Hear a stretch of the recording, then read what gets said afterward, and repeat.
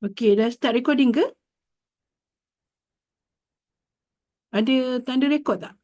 Ada. Tak ada? Ada. Dah record dah puan. Oh, okey, sorry. Okey. Terrisau sebab asyik terlupa. Okay, so ada two types of zakat. Satu zakat fitrah which is on the individu. Okay, per person. When do we have to pay this zakat? Uh, during Ramadan. Before solat raya. Okay, yang ni clear ke? So, two types. Satu on the individu. So, selalunya breadwinner ataupun ketua keluarga akan bayarlah untuk isteri, untuk anak-anak, bergantung kepada beras yang dimakan kan. Some family memang pakai beras mati, so better bayar ikut nilai beras mati punya zakat. So, dia ada calculation, kita akan go through that. Kedua adalah zakat in terms of wealth, other wealth. Sebab yang tadi tu individu. So, yang biasa kita dengar adalah contoh on emas, kan?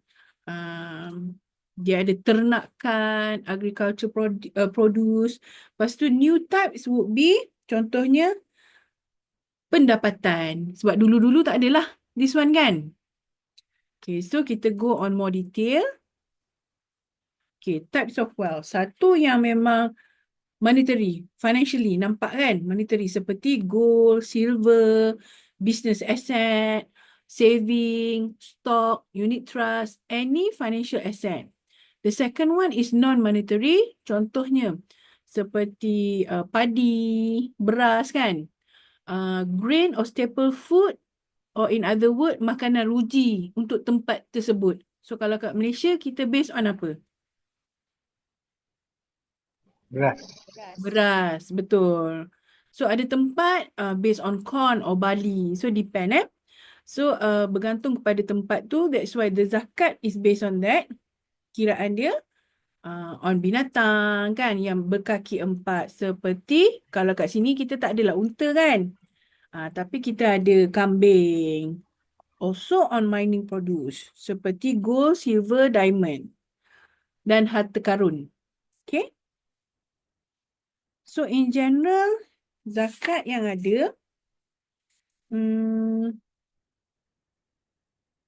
okay, sekejap Alright. So kita akan ada zakat on emas, silver, saving, our saving accounts, tabung haji kan, our investment, unit trust, zakat on our salary, on our commission, on business income, EPF, corps, and livestock. Okay?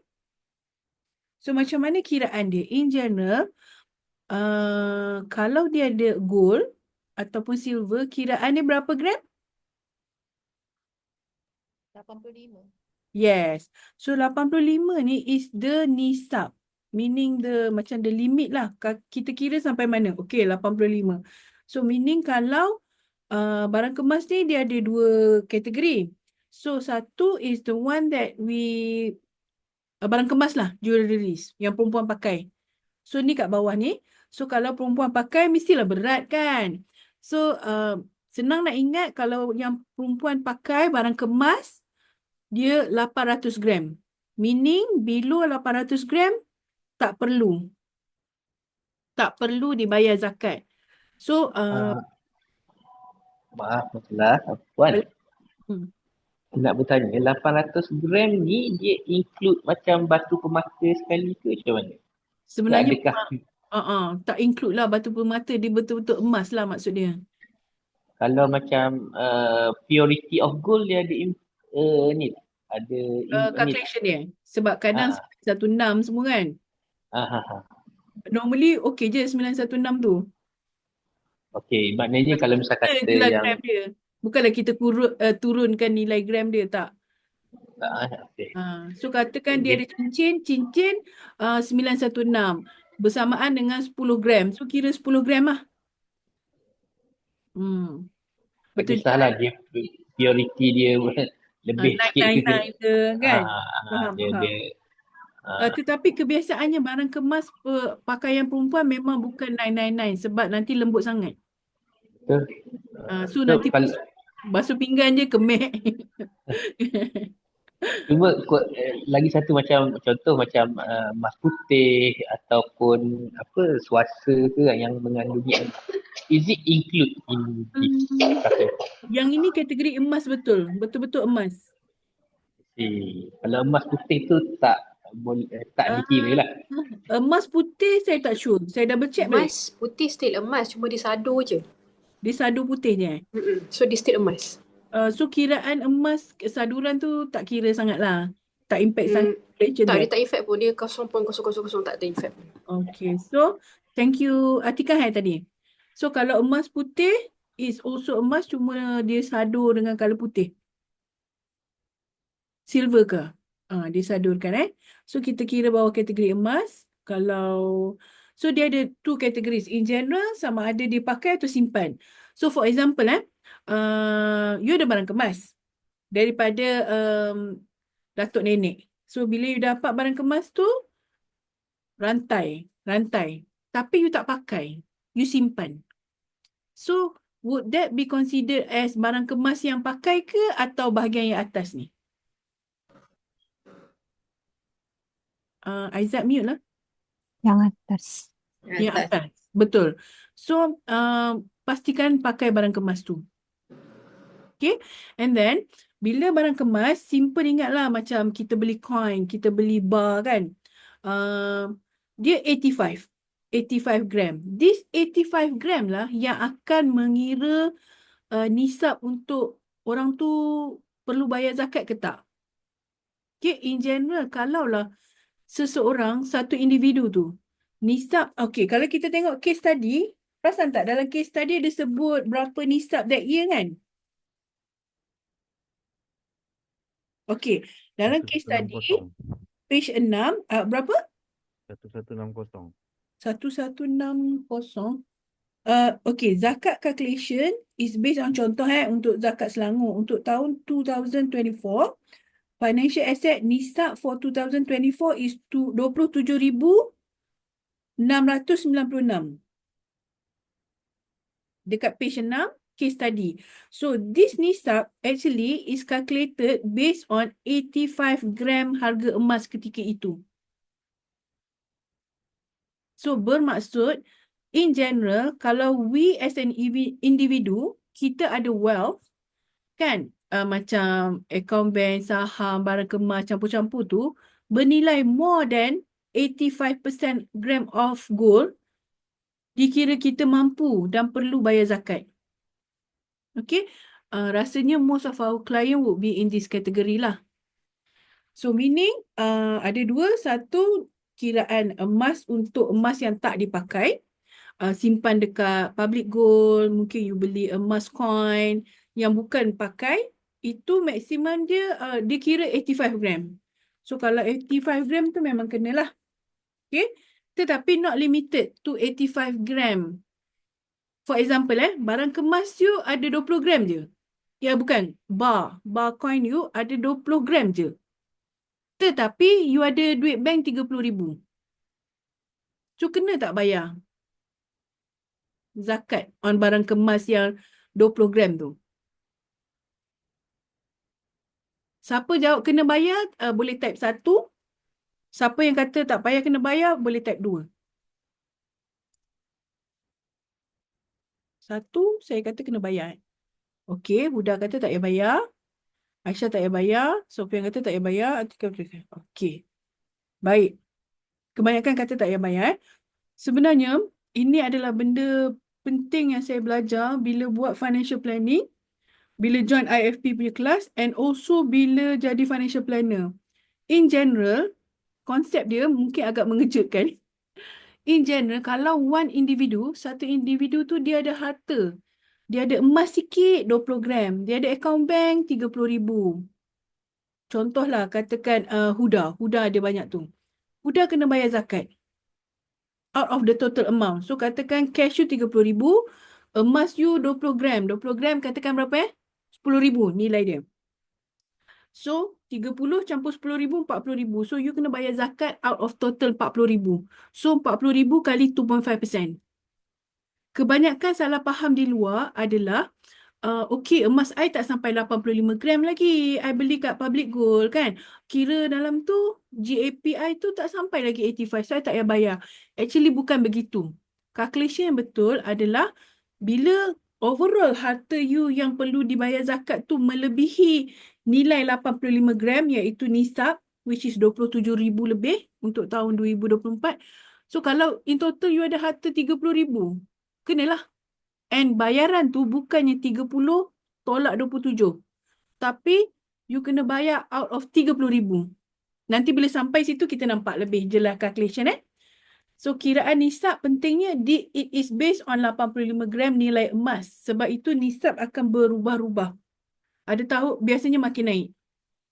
Okay, tetapi untuk barang kemas yang kita pakai, katakan barang kemas I 1 kg, sekilo. Okay. Barang kemas I kalau sekilo yang I pakai, tolak sekilo, 1000 gram, tolak 800 gram. So, berapa gram? Baki 200 gram. So, zakat yang dikena bayar for emas, this type of emas, ke atas 200 gram, bukan ke atas 1000. Tu beza dia. Okay, so tak adalah kalau tidak banyak sangat. Betul tak? Kalau daripada 1000 gram yang kita ada tu, 1000 tu kena bayar zakat. Bukan, yang kena bayar zakat tu lebihan. Maksud dia you lebih daripada pemakaian perempuan yang biasa. Macam itulah. Right? So ini nak tunjukkan contoh dia punya nisab. Nisab ni maksud dia berapa? Berapa gram? 85 gram. 85. Betul. 85. Tapi yang emas pakai tadi berapa gram? 400. 800 bukan 850. So 800. So maksud yang ini ikut tempat. So contoh ada time contoh 2025 ini negeri mana? PPZ. Wilayahan. So bila dia letak yang ni, ini based on negeri tersebut. So negeri tersebut punya emas ke macam tu, kiraan dia akan jadi 29. So kalau 29,740 maksud dia emas pada harga berapa? So kita bahagi je 29,740 bahagi 85. So ini pada kiraan emas 349 ringgit segram. Okey, yang tu clear? So kalau kita tengok dulu 2014 harga emas pun murah. That's why nisab dia 12 je. Ni harga emas dia. So kalau kita kali je dengan 85, we will get that figure lah. Okay. So ini pula kalau kita tengok untuk Selangor. Lembaga Zakat Selangor, dia bagi ikut every 6 month. Kalau Jan to Jun, dia kira banyak ni. Harga emas. Tapi in general dia naik lah. Ada yang ni turun. Okay, ikut harga emas ke itu. Puan, nak Ya. tanya Puan, pasal custom usage at 800 gram ni kira ni ikut Selangor lah kan? Macam mana? Balik mana? Dan macam emas yang dia pakai ni, maknanya dia pakai dalam 800 gram kan? Okay. Nisab dia. Nisab dia Okay. 800 gram. Nisab Yang bukan ni. pada 800 gram. Nisab pada 85. Yang bukan pakai. Okey. Oh, exceeding uruf ni lah yang ikut negeri macam tu. Sekejap saya tunjuk ni. Page 18. Page 18. Okey. Nisab exceeding uruf. Yang 800 gram ni saya tak clear Yes. yang ni. Okey, maksud dia yang dia kena bayar adalah lebih daripada 800. Bermaksud kalaulah barang kemas yang ada tu 1000 gram, Okey. zakat perlu dibayar kepada lebihan yang lebih daripada 800 tu. Okey. So ke atas Jadi 200 je lah. 200 okey. gram kali 2.5%.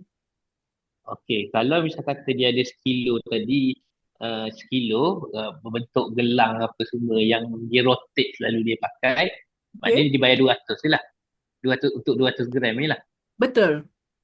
Okey. Jadi kalau misalnya 2,000, 2 kilo, Hmm? 2,000 gram, maknanya dia disediakan zakat untuk 1,200 lah. Betul. Okey. So uruf ni, Hmm? yang uruf ni maknanya yang 800 ni, Dikira dia bergantung kepada setiap negeri. Ada negeri lain amount ke macam mana? dia sebab yang ni dia bukan ikut nilai emas, dia ikut gram emas tu. Okey, okey. Yang atas ikut nilai. Atas ni Hmm. sebenarnya dia gram juga, berapa gram emas Hmm. yang kita simpan kat tempat tu. Tetapi yang kita kira nilai ni ikut negeri kan, adalah yang this one, harga emas kat tempat tu, dekat negeri tu. That's Okey, why okey, okey, Selangor faham. lain, KL lain. Hmm. Sebaiknya kita ikut negeri yang kita tinggal lah. I see. Okey, faham, faham. Okay. Masih. Sama. So, bila kita advise klien pun kadang-kadang orang akan tanya kenapa beza. So, it depends on negeri, time bila kan. So, sebaiknya ambil yang the latest one lah atau yang berkaitan dengan that year punya kiraan. Okay, so sekarang zakat on saving Puan, Yes. kalau tadi, kejap slide sebelum tu, Okay, boleh. kalau kejap kalau emas tu yang dia pakai tu dia kira based on difference daripada emas yang dia ada kan. Tapi kalau contoh yang atas tu, yang emas yang dia simpan tu, contoh kalau dia ada 100 gram, dia punya pengiraan tu 2.5 daripada amount yang mana? Okay. Nak define dia bawah kategori atas atau bawah, dia pakai tak emas tu dalam masa setahun. Katakan memang barang kemas. You ada cincin, rantai. Tetapi, dia barang kemas. Tetapi, you tak pakai. Okay. So, tak pakai, dia tak jatuh bawah kategori bawah ni. Di atas lah. So, daripada 800 tu lah. Kalau daripada 1,000 pun 1,000 lah. Total 1,000. Kalau dia bawah kategori you tak pakai dalam masa 1 tahun Islam. Maksud dia, you bukan untuk kan perempuan digalakkan pakai emas kan. So, tak pakai pun. So, lebih kepada macam wealth je. Untuk simpan je. Yelah, maksudnya pengiraan tu dia akan kira yang atas. Yes. Kira. Dia akan kira the whole amount sebab dia bukan bawah kategori barang kemas yang dipakai dalam masa setahun tu. Walaupun dia sebenarnya rantai, sebenarnya cincin. Kan? Make sure Maknanya pakai. betul tak kalau saya kata, contoh kita ambil kes yang ada emas kilo tadi tu, 1,000 gram tu, kalau dia simpan saja tanpa pakai, dia akan bayar lebih mahal lah sebab dia akan masuk kategori yang pertama tu. Yes. Kalau kata dia pakai, and then dia akan jatuh kepada kategori yang dua, yang lebihan daripada 800 tu, mana 200 gram saja. Exactly. Betul cakap Aizat. So, kalau ikut pengiraan dia, kalau dia ada 1,000 gram tu, 2.5% daripada 1,000 gram. Kalau 1,000 gram. emas tu dia tak pakai. Oh, okay. Alright. So, dia kena bayar banyak 25 gram emas. Thank you. Alright, welcome. So, yang ni penting lah sebab once kita faham yang ni, you can also check. Kan? You tengok source kan? So, you akan dapati memang this is, tak ramai orang tahu. So, it's a good sharing for others lah. Even for ourselves to make sure that kita bayar zakat. Sebab zakat ni kan untuk apa? Purify our wealth. So, kadang-kadang saya sendirilah, bila saya belajar benda ni kan, ada time tu kita rasa macam duit tu tak cukup je. Kan? Rupa-rupanya kurang bayar zakat. Kan? Tapi bila kita dah tahu, kita bayarlah. Okay? Zakat tidak akan memiskinkan kita. Alright, so sekarang kita on zakat saving. Okay, on saving ni sebenarnya, in general, kita tengok je pada end balance pada kita buat macam cash flow lah. Cash flow kan kita tengok, bukan cash flow, net worth. Net worth kan kita tengok pada ujung tahun. So, pada ujung tahun, kita tengok saving kita ada berapa. Lepas tu, kita campurkan semua account bank. Kalau dulu, antara pandangan lah kita tengok berapakah nilai duit kita paling sikit dalam setahun. Susah nak check, betul tak? Dalam Maybank, berapa paling sikit dalam setahun. Dalam bank Islam, bila paling sikit. So sebenarnya antara yang digalakkan adalah kita check je berapa saving kita pada specific time iaitu 31/12/2024. Kita combinekan semua so that kita tengok total asset kita. Daripada total asset kita, kita tengok ada kategori aset yang kena bayar zakat, ada yang tak kena bayar zakat. Seperti barang kemas yang kita pakai bawah 800 gram. Kan? EPF yang kita tak ambil lagi. So, simpelnya kita ambil je at a specific point of time. Kalau dulu, salah faham yang berlaku adalah macam ni tau. Sebab bila kita pergi kat, you try masuk website untuk bayaran zakat. Bila kita kira, dia akan pecahan zakat pendapatan, zakat saham, zakat simpanan. Perasan tak? Dia ada banyak. Tetapi, bila dipecahkan macam tu, kita ingat untuk setiap kategori tu, kalau dia exceed nisab, baru kena bayar. So, for example, dekat sini nisab 27,696. So, misunderstanding is usually, kalau I punya saham tak sampai 27,000, I tak payahlah zakat on saham. So, sebenarnya kalau lah saham I 20,000 je. Tapi I ada harta lain, 30,000, 40,000, account bank. Kena bayar zakat tak ke atas saham I yang 20,000 tu?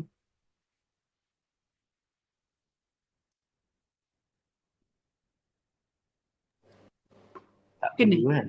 Kenalah kan sebab tadi kita belajar pasal emas tadi tu. Yes. Sebenarnya, betul sangat. Kena. Ramai orang salah faham dan tak tahu benda ni. Sebab dia kena combine semua. I siap pergi confirmkan dengan orang zakat. Kan? Memang So, yes. Pat, kiranya macam contoh, ada emas kena campur sekali lah. Saham baru darab dengan 2.5% contoh. Maksud dia macam ni. Pertama, berapa nisab? Berapa macam benchmark mengatakan you kena bayar zakat. So, benchmark ni kat sini berapa? 29. 27. Ada yang bergantung kat mana. Ini kan Selangor 2024. So, for example lah, kita nak year end 2024 Disember. So, kita pakai 27. So, meaning kalau Aizat ada income lebih ataupun ada aset lebih 27,696, you kena bayar zakat. So, emas 85 gram tu akan determine this calculation. And then if you have asset more than nilai 27,000, then you have to pay zakat. And bayaran zakat tu bukan ke atas lebihan tu. So, bermaksud you mungkin ada saham 20,000 je. 20,000 sahaja. Tetapi you ada tabung haji 20,000. So, harta you total berapa? 40 bang. 40. So, you kena bayar zakat ke atas berapa ribu? 40,000. Yes. 2.5% kali 40,000. Okay.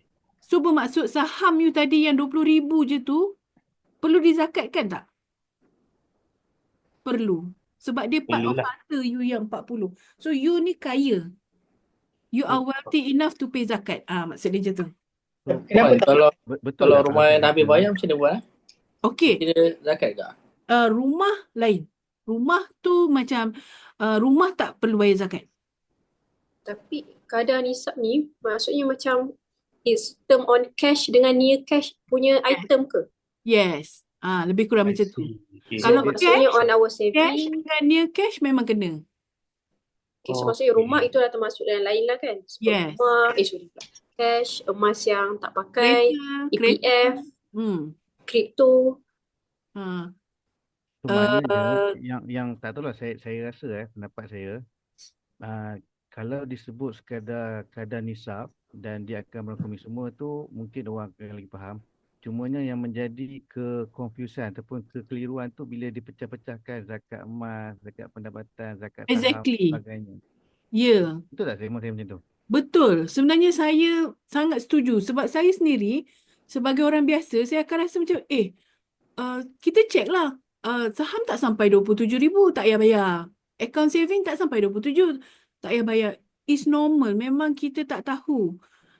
Tetapi, kalau you masuk betul-betul website tu, and you masukkan figure, perasan tak? Dia terus kira. You letak 1,000 pun dia terus kira. Kena bayar 2.5. Sebenarnya, regardless amount apa you letak, semua dikalikan 2.5. So, tak tahulah juga purpose dia pecahkan tu kan. Tapi nisab tak perlu ikut kategori. Dia untuk semua harta sekaligus. Kenapa dalam notes dia kata exclude tabung haji? Okey, sebab tabung haji dah bayar zakat. Oh, dia dah bayar zakat. So kan kalau kita simpan tabung haji, they already paid for the zakat portion, so tak perlu double lah. Okey Puan, sebut pasal tabung haji ni, saya Okay. nak dapat pencerahan. Is it zakat yang kan biasa kan diumum keuntungan selepas zakat kan? Okey, Keuntungan. Okay. maknanya ialah yang dividen selepas zakat tu setiap tahun tu kan? Okey, bermakna adakah zakat yang dimaksudkan tu adalah zakat perniagaan yang terhadap tabung haji ataupun zakat duit kita? Setahu saya zakat duit kita. Maksud dia, saya letak 100,000.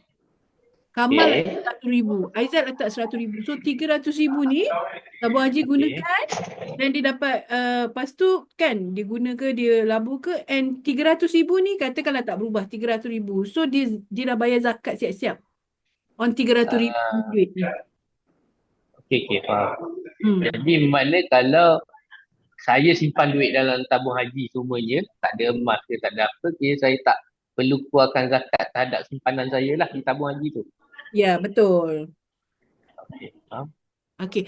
Tetapi this is a good knowledge, which is tabung haji dah bayar zakat. Tetapi in advising our clients, sometimes we cannot okay, you simpan je semua duit you kat tabung haji sebab tabung haji dah bayar zakat. Tetapi perasan tak, bila kita letak kat tempat lain yang tak bayar zakat, kita kena bayar zakat, betul tak? Kita bayar zakat, boleh tak claim untuk cukai? Untuk turunkan bayaran cukai kita? Boleh. So dia ada pro and cons. So kalau klien you tu retirees, dia tak perlu mungkin isi cukai. So ada kelebihan untuk dia simpan terus tabung haji. Selain daripada berapa keuntungan semua. Tetapi kalau dia masih bekerja dan dia boleh turunkan cukai dia. In a way dengan membayar zakat. Sebab kalau kat tabung haji tu tak nampak dah kat dia potongan tu. So dia ada pro and cons kat situ Okay. Okay, Cak nak tanya, kalau macam ASB kan, dia kan consider loan, tapi kan monthly kita contribute, itu pun macam saving kita juga, so macam mana? Setahu saya kalau ASB kita calculation dia kita keluarkan loan tu. So bakinya lah. Baki. ASB contohnya Contoh sebulan kita bayar 500, so setahun 6,000, so kira atas 6,000 tu ke? the loan portion tu tak perlu dikira untuk zakat. So katakan bila you buat yang tu, personally I tak ada lah ASB, tetapi katakan you buat macam tu, you ambil loan. Loan ni maksud dia sekarang dalam ASB you ada berapa? Contohlah kita buat 100. Okay. So bila you buat 100, dalam ASB you ada 100k kan? You ambil loan. So baki loan you tu katakan tinggal lagi berapa? 80,000. For example So 100 tolak 80, so ada baki 20. 20k tu yang dikira. Yang kiranya hak milik kita. Yang bukan hutang lah kan. Okay. Alright, so kita sambung dulu sebab kita nak make sure case study kita sempat sentuh hari ni. Next session you dengan orang lain. Tetapi in case you ada soalan on this, you boleh je PM saya. Okay, saya share contact number saya kat sini Okay, so biasanya WhatsApp, sebaik-baiknya jangan call lah, saya jarang angkat phone. Ataupun malam memang ni lah. Tetapi kalau you voice satu message, insyaAllah anytime I balas. Okay? Okay, kita sambung dulu boleh? Ataupun you nak break dulu 5 minit? Tak nak? Okay, sambung. Sebab topik ni menarik kan? Okay, so sekarang zakat on saving ni kita boleh ambil daripada ujung. Kita combine je semua aset kita, berapa nilai dia ujung tahun. Obviously, kita nak kira nisab ni untuk semua harta. So, bukan untuk saving saja. Ini kalau dalam kes klien kita tu tak ada harta lain kecuali saving dia. Okay. Lepas tu, kita combine semua account. Account bank kita semua kita campur. Tabung haji tak payah sebab kalau kita kira pun kita nak keluarkan balik sebabnya dia dah dibayar zakat. Macam soalan Kamal ke tadi? Okay. Dari segi kalender Islam, kita punya bilangan hari kurang sikit, iaitu sebab sebulan kita berapa bulan? Kalender Islam sebulan ada berapa? Berapa hari? 30. Lebih kurang macam itulah. Kan? Ada yang 29 hari, ada yang 30. So, dia ikut bulan. So, kalau you nak betul-betul kira kalender Islam, dia 2.5. Tetapi normally kita guna kalender macam Disember semua tu kan. So, you kira 2.577. Okay? Yang ni calculation ni faham tak? Mestilah beza sikit calculation dia sebab bilangan hari dia lebih. Okay. Kalau untuk diri sendirilah, you bayar zakat untuk commission you macam mana? You potong tiap-tiap bulan ke? Atau ada auto potong ke? Atau kira sendiri? Kira sendiri. Kira sendiri. Betul sebab kan fluctuate kan commission. Saya pernah dapat tips daripada someone, dia memang dia bayar je 2.5 ataupun 2.57 ni regardless potongan. Dia tak kira perbelanjaan dia tak kira perbelanjaan untuk isteri, kan ada calculation kan, terpulang. So maksud dia nak bayar lebih, mungkin boleh top up apa-apa yang dia terkurang bayar. Okay, so zakat on investment pula refer to yang kena adalah pelaburan or unit trust that is syariah compliant only. So kita akan kira kalau kita ada share dan share tu kita masih pegang. So nilai share tu berapa? Ketika 31 bulan 12 tu. Kalau nilai dia at that time is 10,000, then 2.5% out of 10,000. So kalaulah kita jual, kan ada case macam ni. Saya ada saham and then saya jual. Masa saham tu saya pegang dia, dalam masa setahun, kan?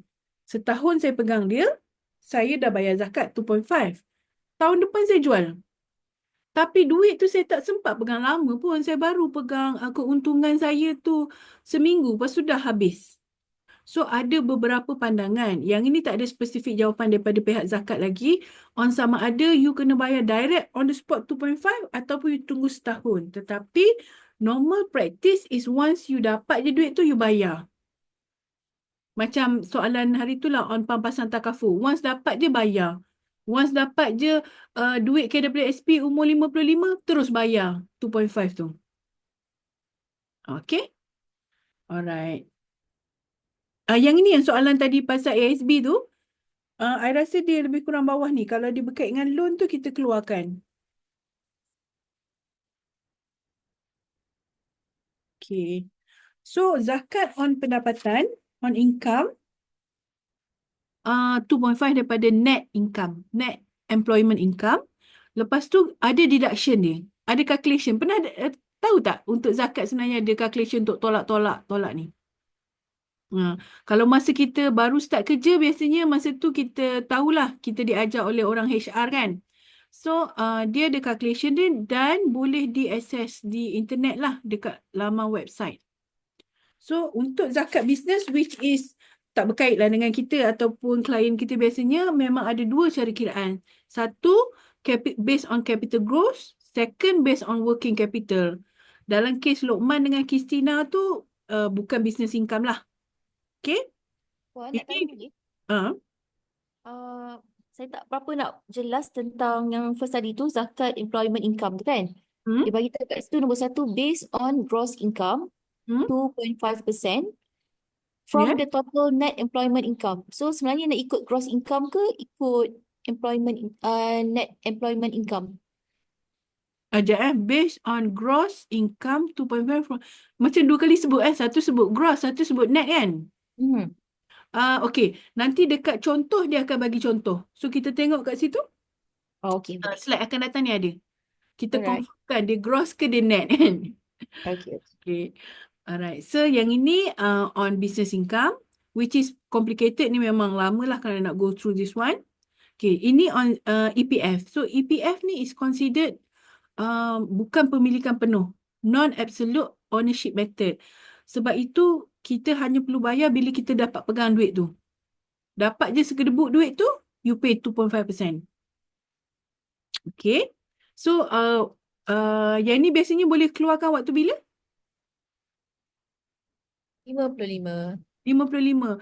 Yang kan kita ada 3 akaun kan? Yang tu kena bayar, Akaun tu macam mana? Kita boleh keluarkan tak? kena bayar zakat ke maksudnya? Tak, dari segi pengeluaran, kita boleh tak keluarkan akaun 3 ke, akaun 2 ke? Boleh kalau untuk belajar, untuk bayar settle apa ni? House settlement. Yes. Untuk Boleh tak? bayar bil hospital pun boleh tak? Yeah. Cuma adakah kita kena asingkan sedikit daripada pengeluaran tu? Dia Untuk benda zakat. ni, dia bawah kategori macam bergantung kepada situasi dan tak ada specific regulation kata kena. 2.5. For example, kita ambil untuk medical. Kan cost. Bukan kita dapat nikmati duit tu, kita memang kena bayar bil tu. Ataupun housing loan, memang kita tak boleh nak bayar rumah. Kan? So, kita pakai duit tu. So, it depends on the situation lah. Dia tak ada spesifik kata confirm kena 2.5. Okay. Right? So, sekarang on had kifayah. Had kifayah ni adalah had limit macam tu untuk mengetahui kemiskinan di tempat tersebut. Okay? Is a sufficient line sufficient line approach yang digunakan untuk measure berapa perbelanjaan basic yang diperlukan oleh sesuatu keluarga in that state. So, it will be different between state. Betul tak? Selangor lain, Kedah lain. So, dalam kes untuk Selangor 2025, had kifayah dia dah bagi tahu this is the calculation. So, kalau tengok macam ni lah, sekali tengok what would be the difference between yang kiri dengan yang kanan. Yang kiri ni kan bayar lebih kan? Kenapa dia kena bayar lebih? Bukan kena bayar lebih, kiraan dia lebih. Sebab komitmen yang dibayar banyak. Betul. Sebab yang belah kiri ni, dia masih kena menyewa. Dia masih kena bayar rumah. So, untuk bayar rumah je mungkin dalam 500, 400 anggarannya. On the right side is those yang mungkin rumah dia dalam loan tapi dah habis bayar. So, dia still ada rumah. Tetapi dia dari segi bayar rumah tu dah tak ada untuk sewa tu. That's why dia dah jadi kurang 780. So, for your client yang masih membayar rumah dalam pinjaman, kan, akan dikira this side lah. Okay, yang 1,200. So, for a family, ini kiraan untuk per family. So, untuk satu family, si ayah terus tolak. Katakanlah gaji dia 5,000. So, daripada 5,000, okay, dia tolak 1,200. Logiknya macam peruntukan lah. Allowance for ketua keluarga, 1,215. So, untuk wife dia, adult, yang bekerja, 412. Kalau anak yang habis SPM, tak bekerja lagi, banyak ni. Tetapi kalau anak tu 18, tengah tunggu result. So, bawah kategori mana? Kena bayar berapa? Dia punya allowance dia berapa? 167. 167. Betul. So, kalau anak tu tengah sambung belajar, 600 lebih. So, ada yang bertanya, kenapa working adult dengan non-working adult beza sangat? Beza. You rasa sebab apa beza? Bayar accommodation tu lah bila bekerja kan. Kos-kos transport ke. Ya, betul. Kos transport, mungkin dia kena ambil LRT ataupun dia bawa motor, minyak lagi. So, dia ada kos untuk pergi bekerja tu Sebab yang non-working adult ni, assume dia ada di rumah lah. So, kalau untuk anak-anak kecil, anak sekolah rendah, sekolah menengah, berapa? Rendah 408. Okey. So, kalau dia ada anak yang lagi kecil, akan jadi RM175. If let's say anak dia ada 3 orang bawah 6 tahun, still macam relief untuk 175 macam tu. Bukan, dia per person. So kalau ada 3 kalilah dengan 3. Exactly, betul. So, contoh yang kita tunjuk ni adalah, dia sebenarnya table. Tetapi kalau this is a family, bermaksud satu ayah, isteri yang bekerja, ada satu anak tengah tunggu result SPM, ada seorang anak yang tengah belajar dekat U, ada seorang je anak sekolah menengah dan ada seorang tadika. So total dia jadi 2990. Bermaksud jika pendapatan dia lebih daripada yang ni. Tu kiraan dia. So kita tengok kat sini. Ini untuk mana? Selangor 2025. So figure ni berbeza-beza. Kalau kepada orang yang spesifik dia nak kira, I nak bayar zakat cukup-cukup je. I tak nak bayar full 2.5%. I nak cukup-cukup. I nak tolak-tolak allowance ni dulu. Macam allowance lah. Puan nak tanya, kalau zakat tu kita bayar mengikut tempat tinggal ataupun tempat kita bekerja? Oh iyalah, kerja lain, tinggal lain kan? Contoh duduk KL, kerja Selangor. Setahu saya pernah dengar di tempat kita bekerja. Kat mana kita dapat duit tu. Okay. Tapi actually dia quite lenient lah juga. Contoh, kita rasa dekat Perlis lebih memerlukan dana. Kita kampung orang Perlis. So ada je orang yang bayar zakat kat situ. So kita ada option lah untuk buat pilihan. Ya, sebenarnya ikut kita bayar zakat kat mana. Sebaliknya di tempat kita dapat rezeki tu. Faham. Okay, alright. Kat tempat kerja ataupun tempat tinggal tadi tanya kan? Alright. So yang ni clear dan ianya per person. So lagi ramai kalilah lagi banyak. So additionally, mungkin ada dependent yang perlukan special need ataupun sakit kritikal. So boleh extra lah. For example kat sini tadi anak tu dia bawah kategori minor. So kita dah tolak 408. At the same time anak tu juga ada special need. So another 247. So figure ni instead of jadi 2990 akan jadi 3,000 lebih. Okay. So cost of bringing apa nak tanya yang duit dorang dapat bayaran ni, contoh 247, 175 dibayar sekali setahun atau setiap bulan? Ini kiraan untuk sebulan dan bukan dibayar tau. Ini adalah macam mana kita nak kira orang tu perlu bayar zakat atau boleh terima zakat. So dalam satu keluarga. Dalam table yang kita tengok tadi tu dia menerima kan 175 untuk minor kan? Dia bukan menerima. Contohnya macam keluarga saya income suami saya 5,000. So sekarang suami saya kena bayar zakat out of 5,000 ke zakat pendapatan dia? Kan? Adakah bayar direct 5,000? Daripada gaji dia 5,000 kali 2.5 ada zakat pendapatan. So bila kita tengok kat had kifayah ni, sebagai ketua keluarga, dia boleh 5,000 dia tu dia tolak dulu benda-benda ni. So zakat Selangor kata okey, dia entitled untuk tak payah kira lah 1,200 untuk diri dia.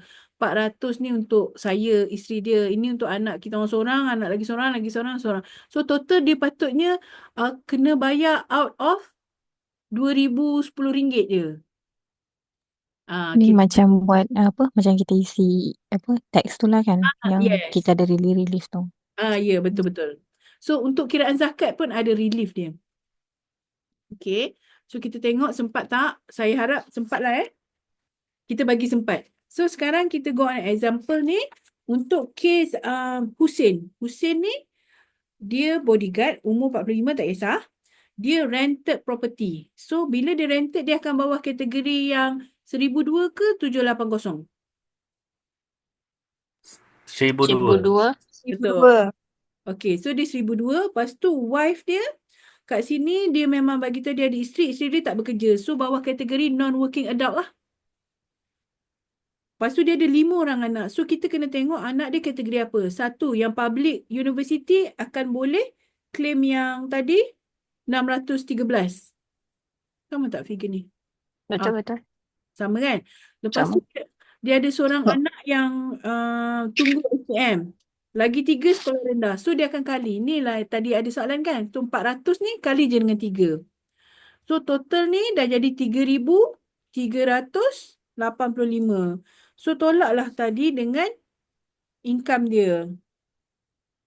Income dia 1,500. 1,500. So dia kategori Negatif. kena bayar zakat ke patut dapat zakat? Negatif Dapat. kan? patut dapat zakat. Yes. Okay, good. So yang tu clear. So sekarang untuk wealth pula Ini Puan, kita nak yes. tanya, cost of upbringing tu apa maksud dia? Um, Sebab tadi faham. macam untuk anak-anak semua kan dah kira. Lepas Mm-mm. tu dia ada additional cost of children upbringing.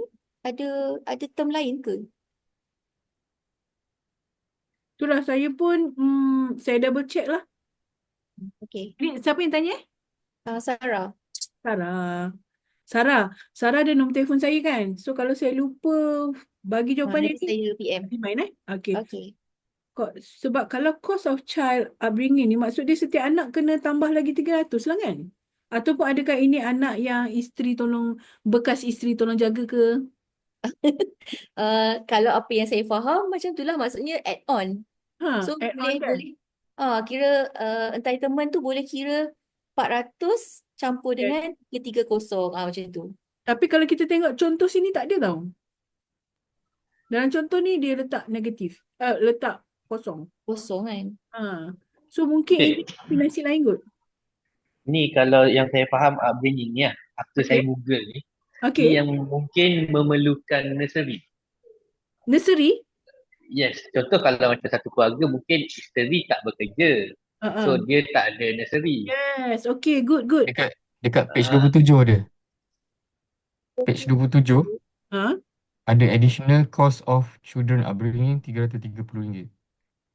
Yang ni lah kalau Tapi dia kira satu je.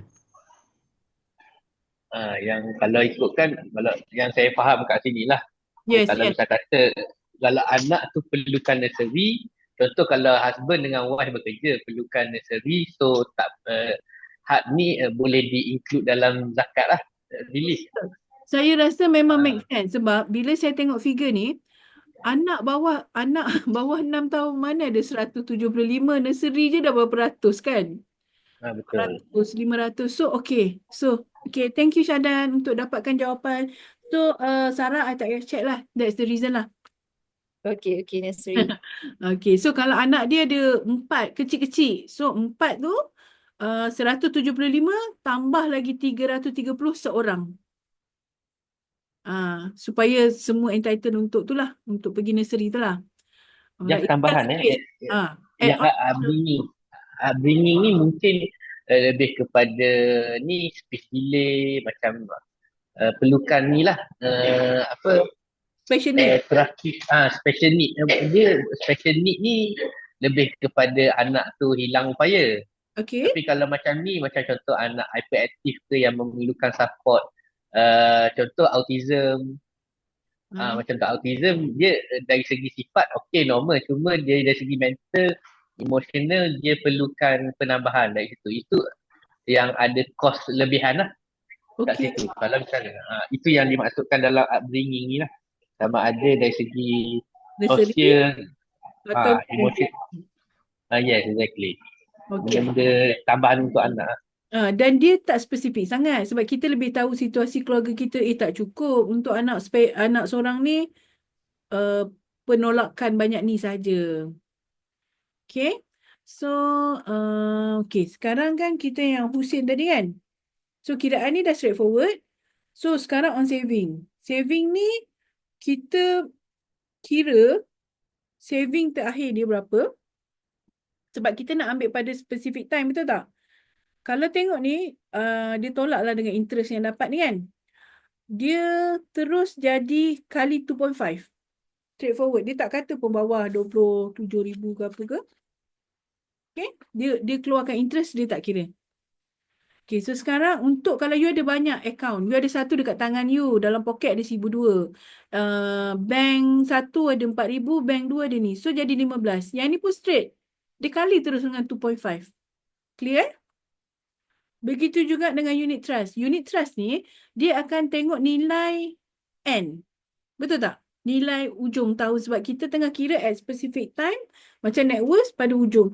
So kalau ujung tu 2.5, so kali je terus.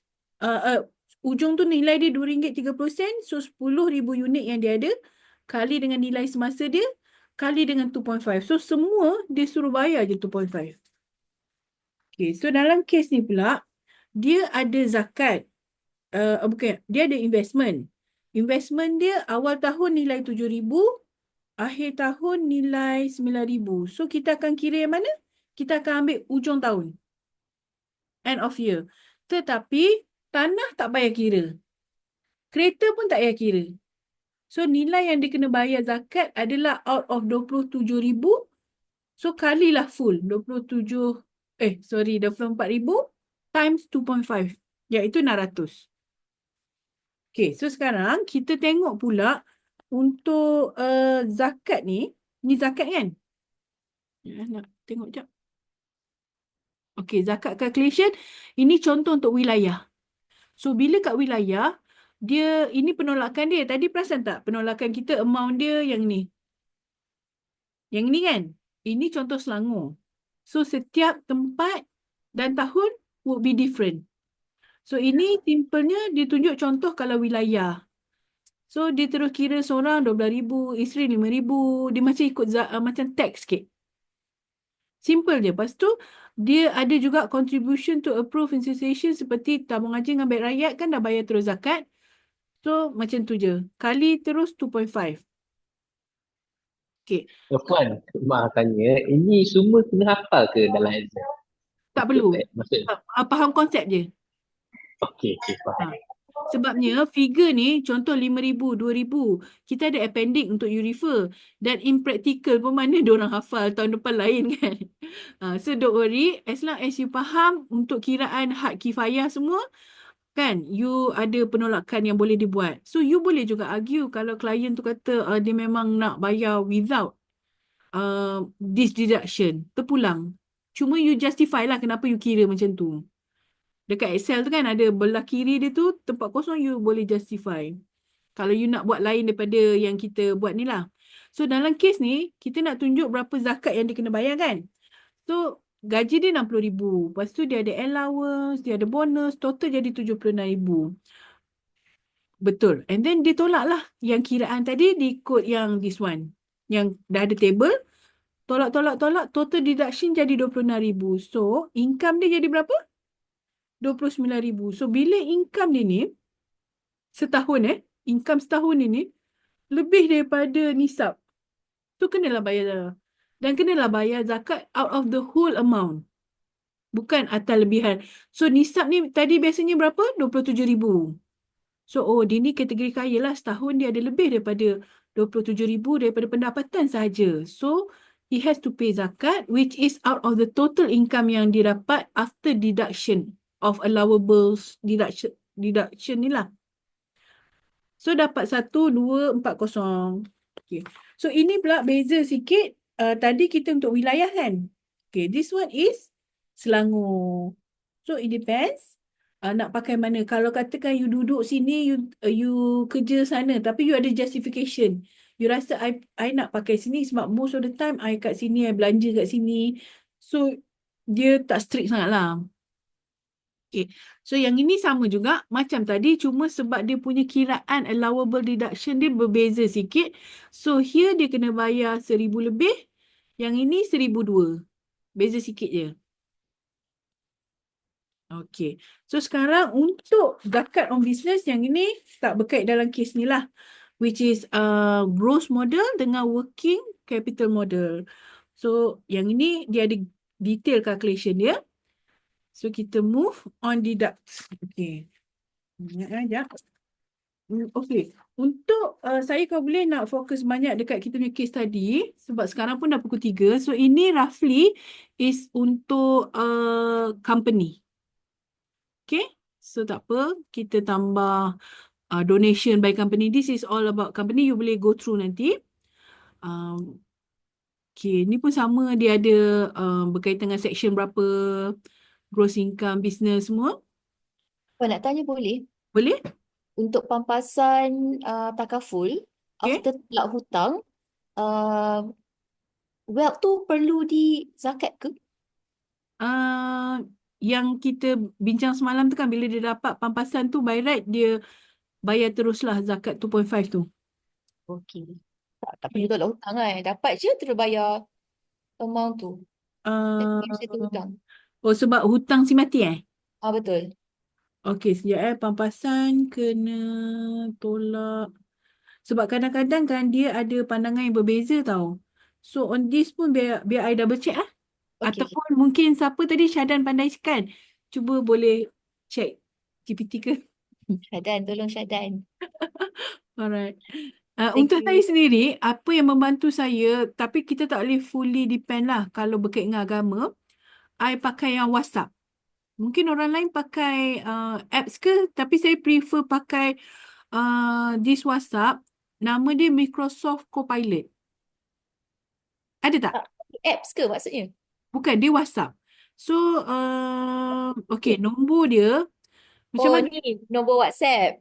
Ah, Okey, okey. tapi nombor WhatsApp dia start dengan tambah 1877. Dia ada nombor dia. Okey. So, bila I ada soalan dia, I WhatsApp je dekat dia. Oh, For me okey. itu paling senang lah untuk I cari. So, nanti siapa yang rasa nak tahu, I boleh forward. Cuma nak type panjang lah sebab tambah 1877 So, itu shortcut I. Tapi still, soalan agama better tanya ustaz lah. Daripada Okey. percaya dekat yang ni kan. Okay, so Puan, nombor WhatsApp ni pertanyaan related dengan apa?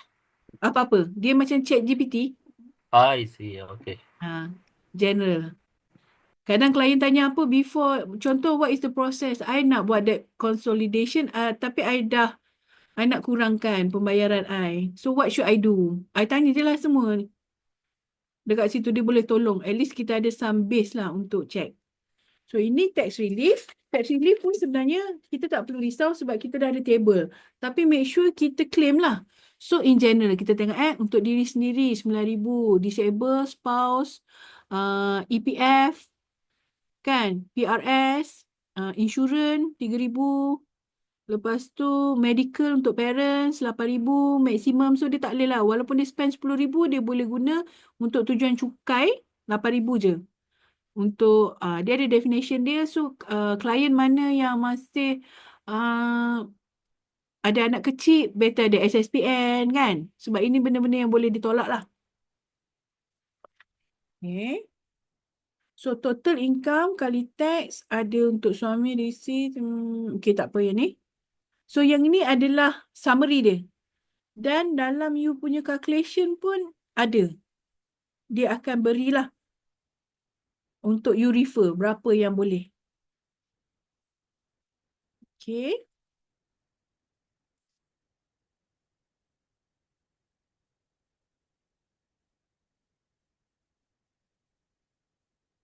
Okay. Yang ni pula pun sama. Actually is for company. So in terms of tax planning, kalau untuk company, ini antara strategi yang ada lah. Tapi untuk kita dengan klien kita, normally we will go through this one dengan dia. Mana yang kita tengok dia mungkin boleh bagi kat kita macam mana dia submit tahun lepas punya cukai. And then kita boleh tanya, you memang tak claim ke yang ni? You tak claim ke bawa life ni kan? Bawa education. So you ambil ke tak kan? You boleh tolak sampai 300,500. So dia agak straightforward lah this one. Okay. Lepas tu ini pun on company ni. Okay. Tax ni ke atas income of any person yang dia dapat daripada Malaysia ataupun diterima di Malaysia. Okay. So ini pun on company. Capital allowance ni Cek. Tax treatment, rebate. Okay, samalah ni company. Alright, sebelum kita pergi ke case study, saya nak go through sekejap kita punya nota sebelum you jawab test ni. So, apakah maksud zakat in general? Adakah maksud dia tax, purify, sacrifice atau responsibility? Purify. Purify. Okay, nombor 2, apakah yang bukan bawah 4 specific? Wealth, tax rebate, rate, recipient. Tax rebate. Tax rebate. Sebab kita memang ada rate tapi bukan tax kan. So number 3, berapakah nisab? 85. 85 gram emas. So on employment kita based on apa? Ni yang tak terjawab tadi tu. Gross ke net. Okay, sebenarnya jawapan dia terpulang. sekejap zakat on employment is calculated based on gross income, net income. Okay. Yang ini ingat tak kenapa kita tak letak gross atau net? Sebabnya kita dah tolak allowables tu. So kita tak bolehlah kata fully based on gross atau fully based on net. Ada gross. Ada lah. Ada. Oh. Alright. Jawapan dia C. Nombor 5, which one of the following types excluded? Tak perlu bayar zakat. EPF. EPF, betul. Saving in Islamic, EPF. Okay, lepas tu nombor 6, zakat ni on unit trust investment ni dikira apa? Market value. Market value iaitu berapa bilangan unit kali dengan harga semasa dia. Nombor 7, hak kifayah. C. C, untuk tengok dia punya income, kan? Cukup tak? Sufficient or not? Nombor 8. Real estate. Real estate, betul? C, Lepas tu nombor 9, apakah zakat, bila kena bayar zakat? On EPF. After the age of retirement. Betul. Lepas tu nombor 10, apa yang tak dikira bawah gross income? Gross income. Royalties. Sebenarnya apa yang tak dikira di bawah income sebenarnya tak cover compensation sebab dapat sekali. Compensation. Dia bukan macam income bulanan kita lah. Okey, jadi saya nak minta semua tolong isi balik this post test. Lepas tu kita break 15 minit. Okay. So kita masuk lagi 20 minit lah sebab 5 minit untuk you isi ni. Masuk bila? Kita masuk lagi 20 minit. Pukul apa tu? Tengok jam sekejap Pukul 3:30. Okey. Okey, 3:30. Puan, tadi soalan nombor 8, not subject to zakat ni real estate Puan. Sebab kalau kita punya rumah, kita tak payah bayar zakat kat atas rumah kita. Ya. Ke atas rumah sewa pun tak payah. Ya. Kalau tanah macam mana? Pun tak payah. Kereta pun tak payah. Motor pun tak payah. Tak jam lah.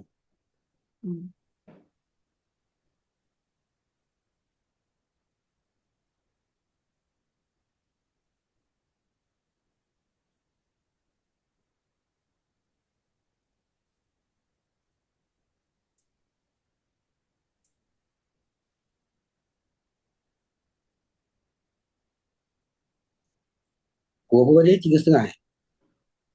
Ya, betul. 3:30. Okay.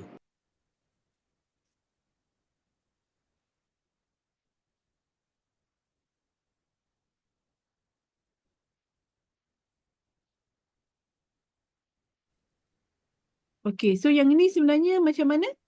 Dia ada mention kan bahawa berapa kad kredit dia yang dia kena bayar? Outstanding? Ada. So ambil je figure tu, masukkan kat sini.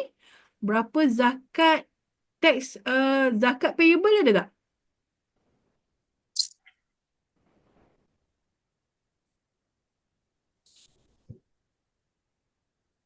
Ya, saya search sekejap. Control. Ada. Ada? Okay. Tapi jumlah dia bayar zakat yang dia potong 2,5 tu kan.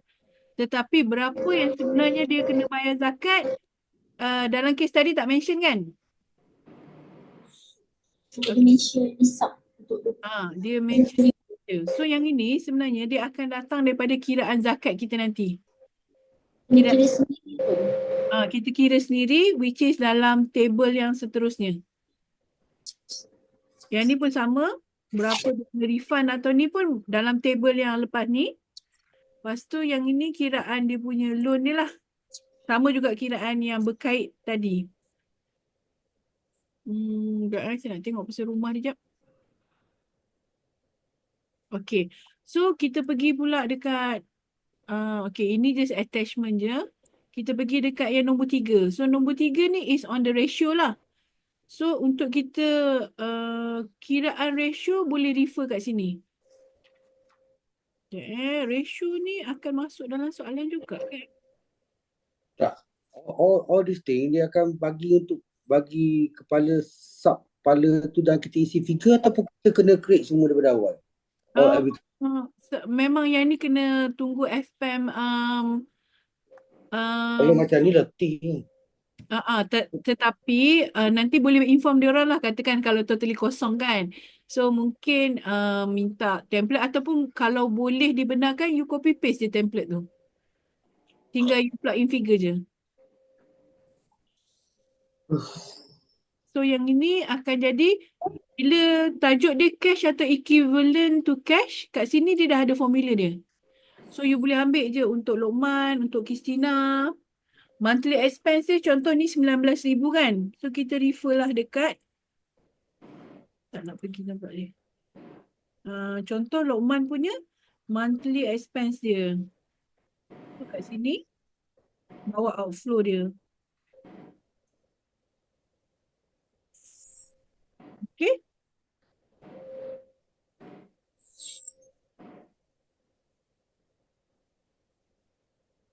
Untuk sekejap saya nak tengok. F15. So macam mana kita nak kira dia punya monthly ni, sebab kan kita ada setengah yang monthly, setengah yang yearly.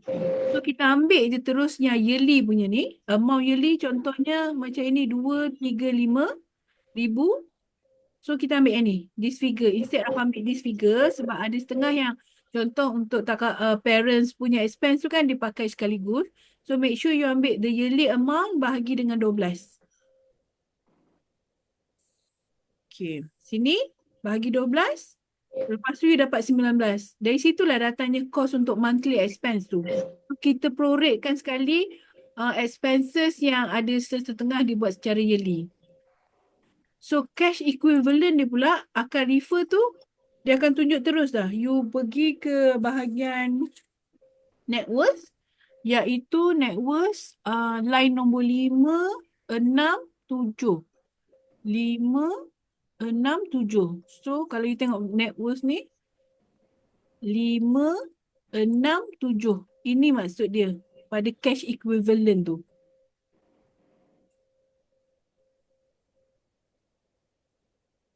Ada tak yang macam jarang guna Excel? Jarang guna laptop. Numbers dia lari tak dia punya ni? Kalau numbers apa? Tak, yang ni ada link tak untuk kita masuk dalam laptop kita untuk Excel? Takkan nak type balik dalam Excel kita? Faham. Betul. Nanti sebab briefing on the assessment and macam mana rupa exam, dia kosong ke tak, akan dibuat direct dengan participant. So nanti masa tu I recommend you tanyalah and raise this issue lah, mana yang boleh jimatkan masa kan. Tapi masa saya dulu memang semua type, semua tulis tangan kan, totally kosong, kertas kosong. Tahun bila tu? 2019. So hopefully in terms of practicality sebenarnya better lah, dah ada template kan. Sebab practicalnya bukan kita kena direct macam tu, tetapi kita tengok assessment tu macam mana. So alamak, saya terdelete ni. Undo ya. Undo. Okay, so yang Tapi ini rasanya memang kena typing kena buat balik semua sebab saya baru tanya, kawan saya baru ambil tahun ni. Okay, masa saya dulu bila saya kena salin balik semua, apa yang saya buat adalah saya buat panggil apa tu? Kita come up with short form. Short form supaya ingat flow dia. Kan? Contohnya macam asset. Asset ni biasanya saving, campur A, B. Saya segini Puan dari practical pun, kalau as accountant pun dia tak boleh hafal tau satu. Nak dia buat masuk satu kan. Basically dia macam open book lah sepatutnya benda gini. Kalau you buat financial statement, you nak pakai kepala otak you nak letak kertas kosong, orang gila je boleh buat gitu. Betul, tapi bukan saya yang buat assessment ya. Padahal saya tak boleh nak bantu. Maknanya kalau dia open book ke, boleh lah kan open book. Tak tahu lah, saya tak pasti lah. Pasal ini banyak sheet ni, berapa sheet? 10 ke 20? Ya. Lepas tu Atika, your friend tu dia exam dia macam mana time dia buat? Dia online berapa lama? Oh, yang tu tak tanya. Cuma saya tanya dengan dia, yang ni semua kena hafal ke? Dia cakap, kena hafal semua and kena tulis balik semua sekali. Sebab dia bagi totally kosong. Lepas tu, Bukan blank tapi sheets. alang-alang kalau you boleh tanya, mungkinlah you tanya online ke tak. Lepas tu kalau online, boleh tak kita refer nota kita. So, katakan dia online. And then you boleh buka you punya template, macam template yang I bagi ni. You plug in je lah. You copy paste je. You plug in ataupun retype lah. Instead of you kena type balik, you copy paste je. Daripada Excel yang ni ke Excel yang ni. Lepas tu you kosongkan figure, you masukkan figure you sendiri. Kan? So kalau ada some idea on that, macam mana cara untuk jimatkan masa, would be better lah. Okay. So kita nak tengok juga on calculation kepada tadi ratio. So ratio ni sebenarnya, you boleh go through satu persatu as long as you faham konsep dia. Dan sebenarnya dia dah bagi dah pun formula dia. Cuma kalau you nak convert, mana datang figure ni, dia memang dah ada link kepada tempat yang berkaitan lah.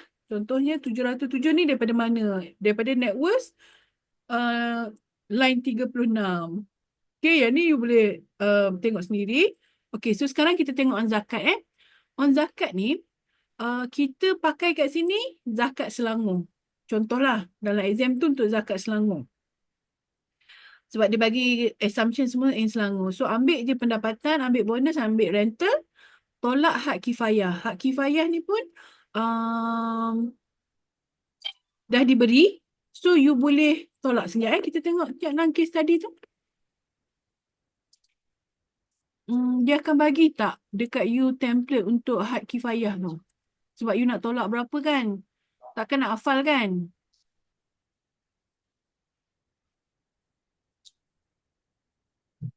Okay, kalau tengok Personal info. apa dia? Personal info. Personal info.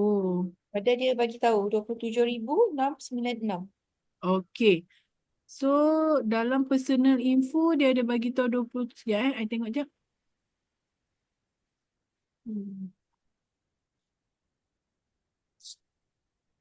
Bukan dekat personal info dia bagi tahu anak lah, bilangan anak. Yang total 27 tu dekat Tapi maksud I dari segi daripada nak hafal 4,896 untuk anak ke 2,100 tak ada kan? I rasa tak ada. So, kalau bolehlah siapa yang ni, you take note all the question yang you nak tanya. Seperti akan ada tak table untuk berapa kiraan allowable, deductibles zakat Selangor macam tu. Ataupun you kena prepare upfront. Kalau you boleh prepare upfront, you kena ambil pada tarikh tu lah. 2024 Disember. Kalau boleh untuk Selangor. Kan? Kalau boleh, kalau dibenarkan, so masa exam tu you just refer je lah kat sebelah you. Okay, so kiraan ni sama juga. Dalam kes Kristina ni dia tak adalah sebab dikira ketua keluarga Lokman. So dia tolak untuk isteri dia. Dan isteri pun boleh tolak untuk diri sendiri. Untuk 2 orang anak.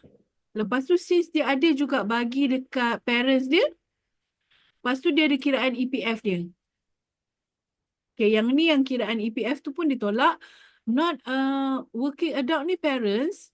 Dia bagi parents dia sebenarnya ini untuk sebulan kan? Ini untuk setahun kan? So untuk setahun dia bagi parents dia memang lebih lah sebab dia bagi 1,600 saya rasa. Tapi bila dia kata limit 2,000, 2,000 je lah kat sini. Macam Kristina memang dia tak ada bagi sebab parents dia ada pencen. Lepas tu total dia akan jadi 66 deductibles dia ni.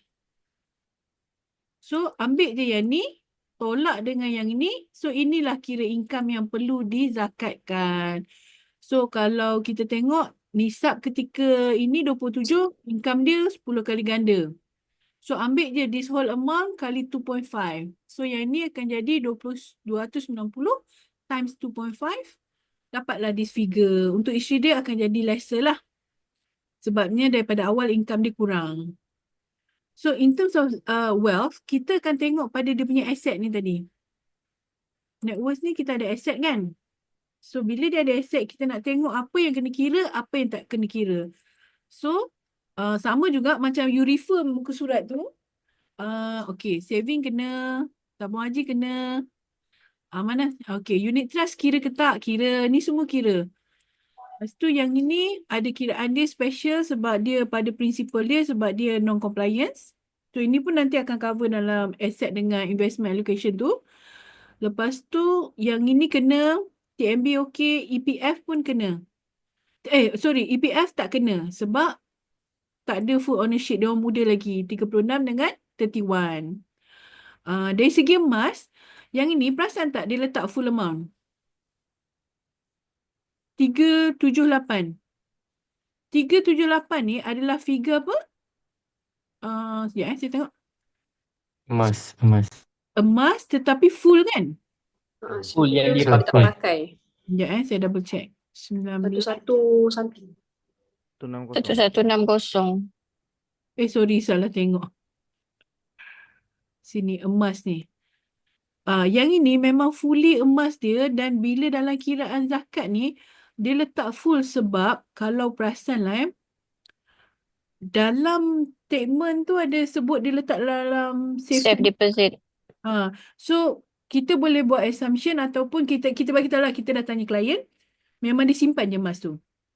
Tapi kalau dia safe deposit tapi setiap kali raya dia pakai. So ambil je lah baki tu je. Baki 200 berapa? Tadi kan ada 1160 tu. Tolak 800 lah. Yes, betul exactly. Baru kali untuk baru dikira that figure baru. So andainya dia pakai yang tu kita akan guna macam ni lah. Tadi 1160 kan? Tolak 800. So this figure ni yang baru kita kali dengan akan ambil 85. kali dengan harga emas ketika itu. Kan? Nilai emas tu 326. So 100 ni yang duduk kat sini. Tapi kalau dia memang tak pakai langsung semua, full amount lah kat situ. So kat sini nampak banyak juga aset isteri dia sebab banyaknya pada emas tu. Tapi kalau Yang stock market semua tu macam mana dia kira dapat 45,000 lah. Kalau kat sini 27,400 dia darab dengan apa? Total current value. untuk kiraan yang saham ni kan? Yang ni kan? Yang ni nanti masa dalam kelas tu dia akan go through on this. Kelas on investment and asset allocation. Okay. Alright. Lepas tu bila dalam case tadi dia ada mention tak pasal saham ni? dia tak sebut nilai yang ni lah. Dia ada sebut saham tapi dia bagi berapa unit. Dalam So, kalau table kita itu ada mention current price at 31st May dan juga past May. boleh dikira kan? Dalam case tadi ya kayaknya. Ada dalam case tadi. Okey, lepas tu bila dia dapat semua ini nilai harta tetapi dia minus. Kat sini dia minus emas tau. Equal to 600. So yang ni dia ambil E24, yang ni bersamaan dengan 800 kali nilai tu. Yang ini dia ambil full amount dulu, lepas tu baru dia tolak. Sebab ini dalam kes barang kemas tu assumption dia adalah dia pakai dan simpan kat safety box. So kita kena confirm dengan klien dan kita boleh kata in this case this is the reason lah kenapa kita buat sebab memang dia simpan safety box tapi dia sebenarnya pakai. Setiap kali dia selalu keluarkan dan pakai. So EPF fully tolak sebabnya bukan full ownership walaupun kita kira untuk total asset tapi kita akan minus adjustment lah. So yang ni minus sebab dia bercadang untuk dispose. Yang ini pun yang ni dia nak simpan dulu. So biar dulu. Bila sampai kat sini, dia tengok total akan jadi banyak juga. 300 lebih, ni pun 300 lebih. Which is daripada aset, tolak apa yang dibenarkan tak payah bayar zakat. So, yang ni jadi 305. So, bila 305, dalam senarai harta ni kan dia ada masukkan tabung haji. Tabung haji dah bayar zakat. So, kat sini dikeluarkan. Memang saya doakan dimudahkanlah, kan? Sebab tempat bersedia untuk assessment. So mungkin kalau dah dapat info tentang kena hafal lah katakan, hafal lah dia sekarang. Nak buat macam mana kan kalau kita tak boleh nak ubah the situation. Tapi memang seingat saya, time saya memang menghafal lah. practicality tu isu kedua lah kan. So tabung haji dikeluarkan. So bila keluarkan jadilah lagi sikit duit tu. Sebab yang ni dah bayar zakat. So daripada situ baru kena zakat. So kiraan ni 7394 ni bila dah ada baru kita pindahkan dekat sini. Kat cash flow ni bahagian, bukan, dekat liability tadi ni, yang dia kena bayar ni. Saya tengok balik tadi, ini 11,000 kan? So yang ni yang dia kena bayar, which is zakat satu kepada untuk wealth, satu lagi zakat untuk pendapatan. Kan dia ada dua, satu income, total income dia, satu lagi untuk harta-harta dia lain. So yang dia baru bayar zakat 3,500. So ada baki, ini hutang dia lah yang dia perlu bayar. Ini pula untuk Kristina. Okey, untuk yang ini, untuk tax pula, kiraan dia, kita ambil salary, lepas tu kita akan tolak dengan relief yang dibenarkan. Yang ni dah ada standard kalau kita tengok, okey, ni on calculation lah. Tapi yang ini boleh 9,000, ni boleh 2,500. Ni maksimum dia kat sini. So kita kena ambil figure yang dibenarkan je lah, walaupun dia mungkin bayar lebih. Bila dah dapat this figure,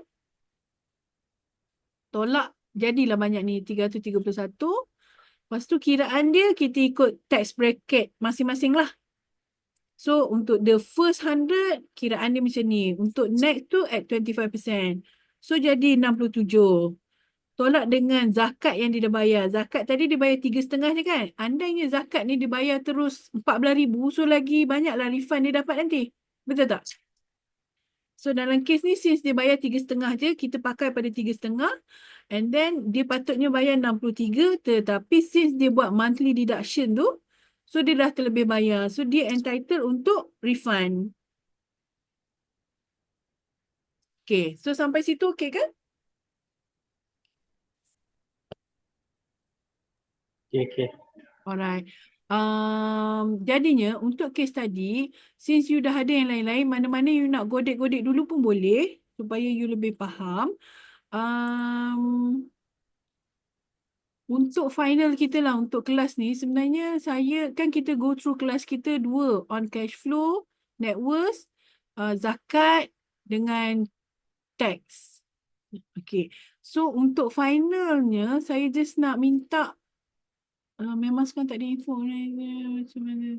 Okay. So hopefully Encik Azan ataupun FPM boleh share on this lah. Nanti siapa yang dapat info boleh share dengan saya juga. So final before kita habis sesi hari ni, if you ada spesifik tak clear, you boleh WhatsApp saya. At the same time, saya just nak round table dari segi apa satu point yang you rasa you boleh apply. Ilmu yang you dapat hari ni, cash flow, net worth, asset liability, zakat, cukai. So boleh tak kita go through seorang-seorang apa yang you dapat daripada kelas ni yang mungkin you nak apply ke? Mungkin you baru tahu ke? Saya share sikit lah.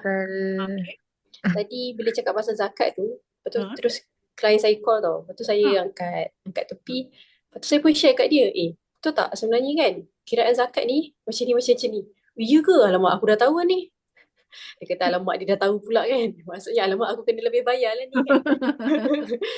Tapi kiranya sebab cakap dengan dia, sebab tadi kan kita pun agak confused. Ada kiraan zakat dekat zakat emas, zakat pendapatan. Yes. Terus cakap dengan dia pula, yelah sebab bila dah ada benda ni, sebenarnya kita pun dah adalah topik ataupun lebih added value. Dia pun cakap, itulah sebenarnya adalah ejen ni untuk bercakap dengan klien, bukanlah on takaful je. Adalah ilmu tambahan yang ejen takaful boleh pass down bila jumpa dengan klien. Dan klien pun memang akan appreciate. Sebab, yes, dia pun cakap tadi. Terima kasih bagi knowledge tu kan. Dia pun cakap, terima kasih lah nanti kita jumpa Kau boleh ajar aku lagi ya. Okay. So dia orang akan happy jumpa kita sebab dia dapat something. Dan kita pun happy sebab kita dapat saham tu kan. So untuk orang lain pun dah boleh start revisit your client kan. Okay, anyone else? Terima kasih Atika. Saya Syadan. Syadan, ya? Okey, itu takeaway yang saya dapat dari pagi tadi lah. Maknanya apa, kalau klien tu kita buat cash flow Okey. sama dengan dia. Kalau misal kata income tak boleh nak diubah lah. Okey. Income yang saya dapat, income tak boleh nak ubah. And then kita tak ada nak suggestkan dia untuk tambah income lain. Untuk tak nak mengganggu ni lah kualiti hidup dia lah. Jadi that's the thing. Unless kalau dia nak jadi ejen takaful, saya rasa okey je kot. Bagus juga kan? Bagus jugalah. Cuma kalau misal kata contohnya kita nak suggest dia untuk buat Grab ke, maknanya memerlukan allocation masa dan tenaga yang begitu banyak. So Betul. that will change dia punya lifestyle lah. Jadi hidup sini saya dapat belajar yang mana cash flow ni not just improve kita punya kewangan, tapi juga macam mana kita nak improve kualiti hidup klien kita lah. Betul, betul. So that's the thing, kalau betul-betul kita buat cash flow ni, at least kita boleh advise, maknanya okay, instead of yelah kalau tak dapat nak tambah income, kita boleh tengok secara terperinci kat mana kita boleh kurangkan benda-benda yang tahsiniat, yang mana yang benda-benda yang berlebih-lebihan tu boleh dikurangkan. Yang not necessary, kalau tak ada pun tak apa. Contoh instead of pergi beli kopi, and then why not buat sendiri ke dari rumah ke misalnya. Betul. Contoh bekalkan kopi, bukan makna kita nak reduce, sebab kalau beli kat kedai mungkin boleh sampai belas-belas ringgit kan. Tapi kalau buat sendiri yang berkualiti pun boleh dapat kopi yang berkualiti harga yang lagi rendah. Baju sendiri kan, 3 in 1 tu. Brand yang sama. Contohlah. Apa dia? Pandai buat kopi. Suka kopi? Apa suka kopi? Syahdan pandai buat kopi. Itu antara contoh lah kan. Betul. Sekarang ni itu lifestyle sekarang ni kan, memang basically it's all about kita punya lifestyle lah. Betul. So it's not just improving financial, improving kita punya lifestyle dengan cara yang lebih berhemat. So itulah yang takeaway yang saya dapat pada hari ni lah. Betul. Cash flow. Bila Syahdan sebut pasal cash flow tu, memang selama ni saya memang ingatkan asal kita nak improve keuangan je, kita kena tambah income. Sampailah bila join dalam financial firm, rupanya kita nak elakkan klien kena tukar lifestyle sangat. Kan? So macam kalaulah kopi tu kebahagiaan dia sangat, membeli kopi tu kebahagiaan dia sangat, so mungkin why not alternate day ke instead of every day? Kan? Satu hari bancuh, satu hari ni. And kalau dia ada objektif, dia akan lebih mudah. Dia ada objektif nak simpan duit untuk pergi cuti, untuk beli tiket KRU contoh. So bila dia ada target tu, dia akan ada reason untuk implement lah saranan kita tu. Okay, terima kasih. Okay, yang lain? Macam saya rasa baik zakat emas tadi lah, kita ingatkan emas kita tak banyak, rupanya actually kalau kita punya cash tu boleh dah sampai satu level pun actually kena zakat juga. Terlepas pandang kat situ. Betul. Sangat terlepas pandang. Saya sendiri pun terlepas pandang. Bila tahu, no wonder lah. Tapi tak apa, jangan risau. Bila kita bayar zakat ni, kita tak akan miskin. Kan? Kita bantu orang lain, kita akan lebih. Allah akan bagi lebih. Sebab harta tu semua Allah punya. So kita bayar je. So sesekali ambil masa, duduk, tengok, timbang barang kemas masing-masing berapa kan. Okay, bagus. Anyone else? Terkait isu zakat tu, saya rasa ni saya nampak saya sendirilah, dan mungkin ada juga bilangan kawan-kawan mungkin sama. Isu zakat contoh, kita tahu benda tu secara general ya kena bayar. Okay. Bila kita go deep down tu, sebenarnya banyak juga confusing yang kita pun tak firm benda-benda macam tu. Contoh macam isu zakat tu lah. Disebut nisab sebagainya. Ini maknanya kita clear. Bila nisab tu maknanya makan semua. Ha. Ni saya duk faham kata contoh zakat emas tu zakat emas asing. Kemudian zakat pendapatan asing, simpanan asing. So NR sebenarnya dia boleh ada part-part yang dia sebenarnya merangkumi semua benda. Betul. Itu antara benda kan. Dan kalau secara overall on financial punya dari segi cost everything semua tu pun kita pun tahu, saya pun tahu secara general bila go deep down macam ni, dia rasa susah. Tapi saya rasa kalau kita betul-betul kita buat out balik, structurekan balik all the info semua tu, mungkin benda tu slowly kita akan lama-lama akan adapt dan kita boleh orang kata cover benda ni in detail.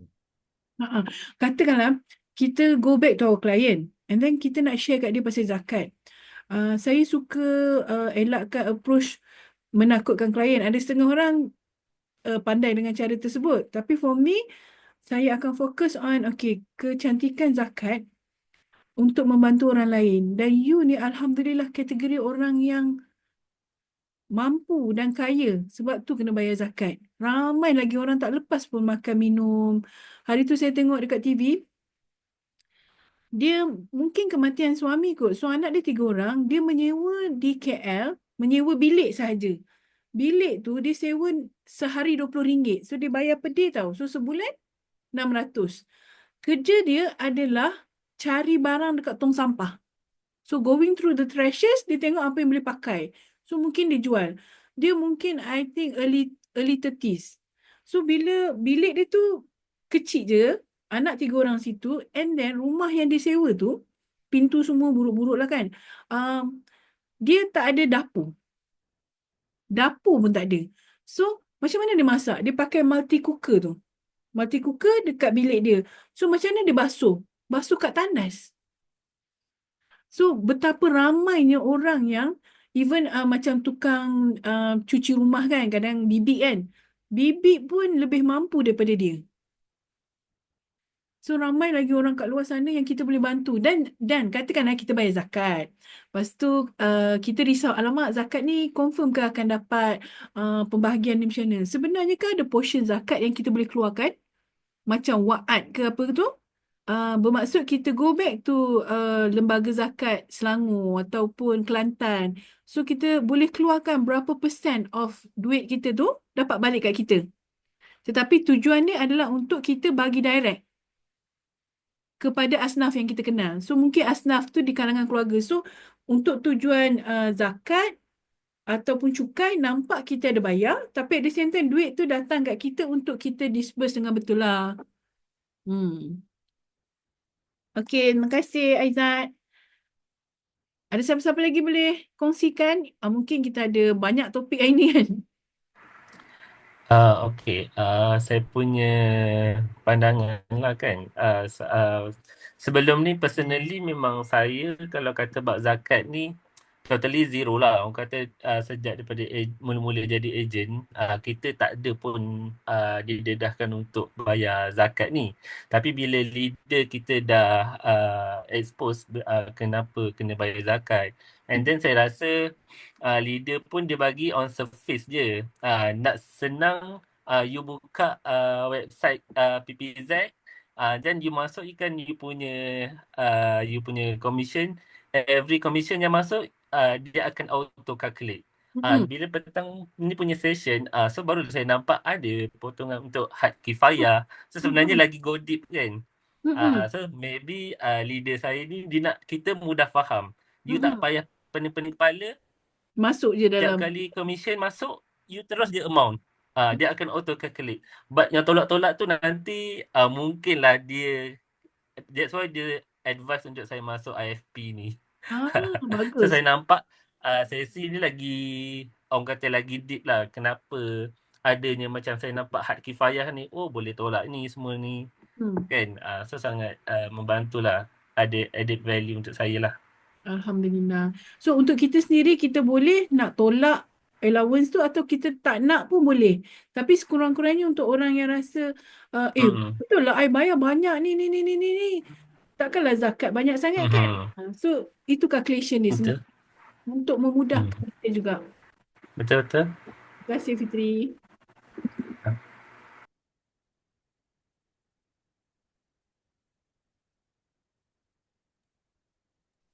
Saya nak tanya sikit boleh?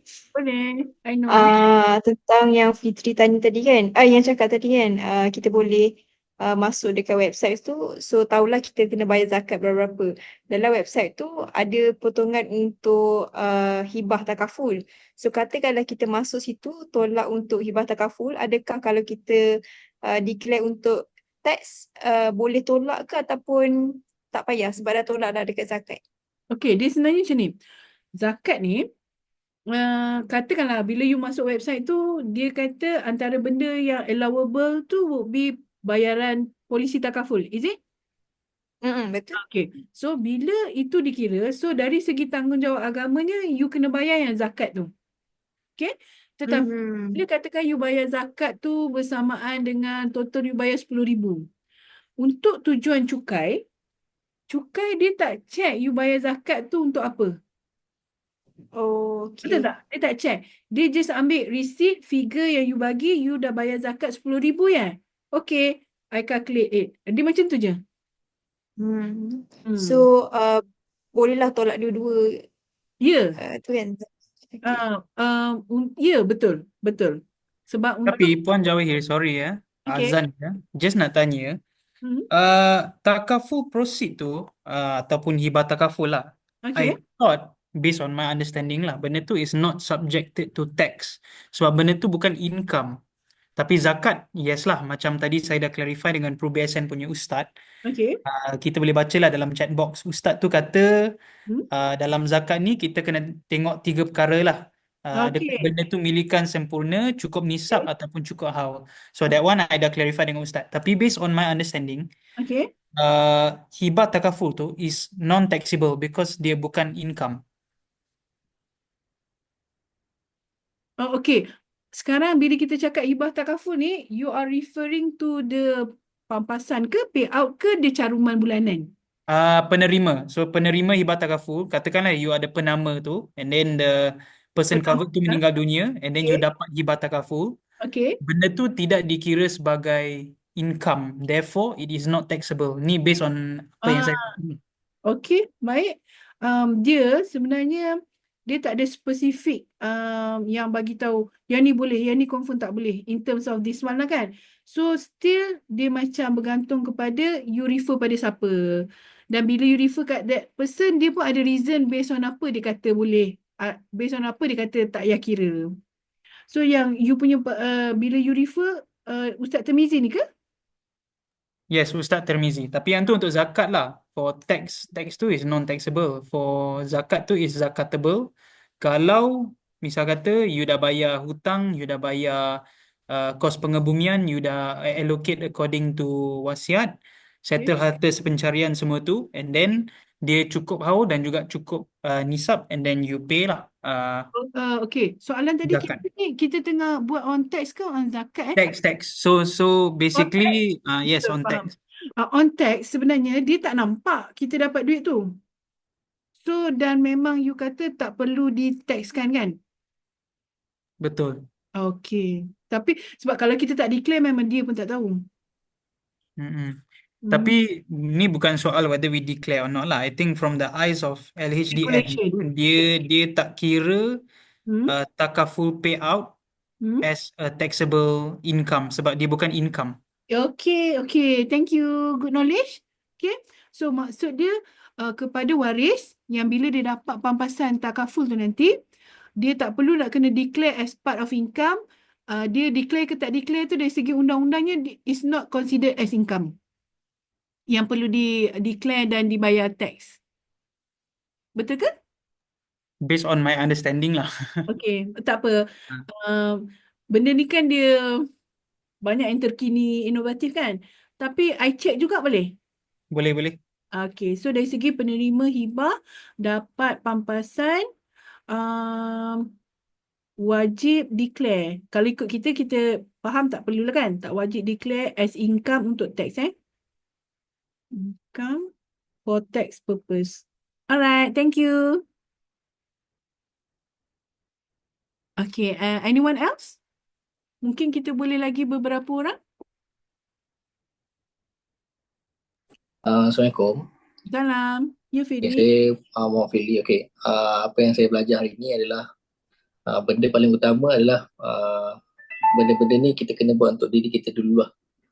Bagus. Sebelum kita praktis pada orang lain lah. Itu saya akan buat untuk diri saya jugalah. Untuk ilmu ni. And then saya pun sama juga pasal zakat tu. Sebab sebelum ni kita keliru lah bila kita tengok dekat zakat Selangor website. So dia ada asing-asing, zakat simpanan, zakat pendapatan semua.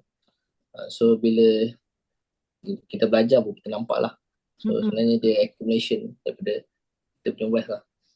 Ya, betul. Bagi saya, knowledge pasal zakat ni sangat berharga untuk saya lah. Saya pun sama macam yang lain-lain. Bila tahu knowledge ni rasa macam perlu disebarkan lah supaya orang tak tersalahkan.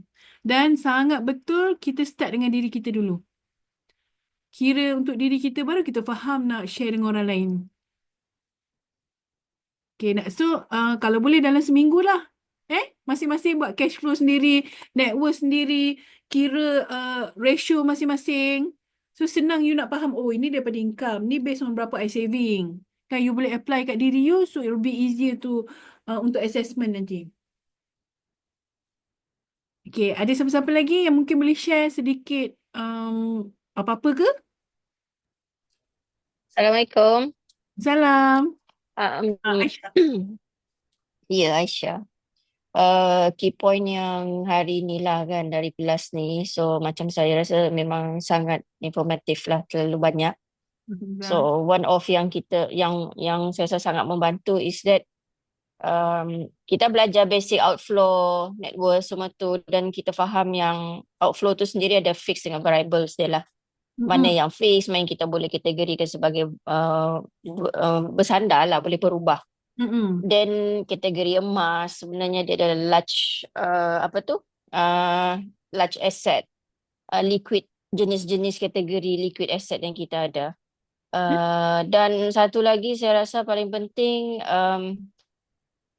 mungkin in future kita akan berjumpa dengan prospek yang mungkin akan bertanya, boleh ke saya create hutang lagi?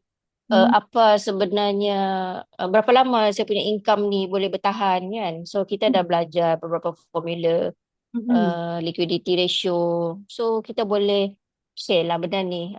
You have to put extra sebab mungkin dalam 3 ke 4 bulan lagi your income akan habis. By calculation lah. So orang akan dengar, orang akan prefer untuk dengar fact lah. Okay. And then kita boleh tahu dia punya keupayaan untuk bayar hutang. Adakah dia layak lagi untuk buat hutang? Macam itulah. Saya some of the info yang hari ni sangat banyak lah selain zakat yang banyak kita bincang juga lah. Thanks. Right, betul Aisyah. Sebab bila kita tengok financial ratio tu dan kita faham dia represent apa, berapa banyak saving, kemampuan bayar hutang. So kita pun, dan kita dah tahu roughly benchmark dia berapa. So dah CP-CP ni, you not recommended lah untuk tambah hutang lagi kan. Okay, tengok je ada apa-apa tak.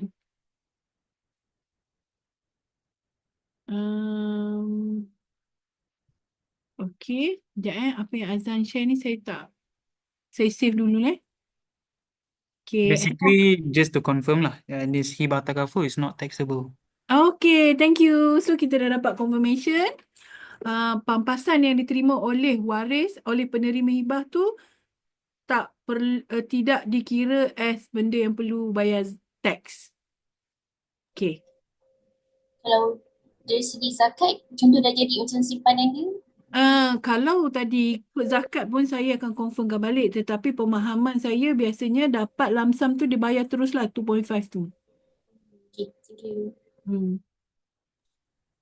Yang pasal hibah tu kan, zakat ke tak zakat tu, saya rasa macam ada dalam slide yang kita study ni. Dia cakap, contohlah dia terima pampasan tu 1 juta dan 1 juta tu habis digunakan. Kita boleh come back balik dengan fact mengatakan cukup haul kan dan sebagainya lah.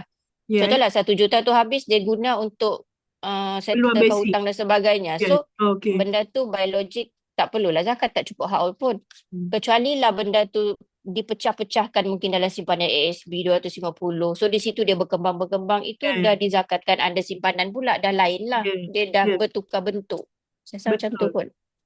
Dia memang sebenarnya dia it depends on the situation. So kita pun bila kita advise klien, kita ada base on kenapa kita rasa my opinion macam ni. My opinion sebab you nak kena settlekan hutang banyak. Tapi actually kalau pampasan takaful yang diterima sebagai hibah takaful, dia mak tengah kerja lah.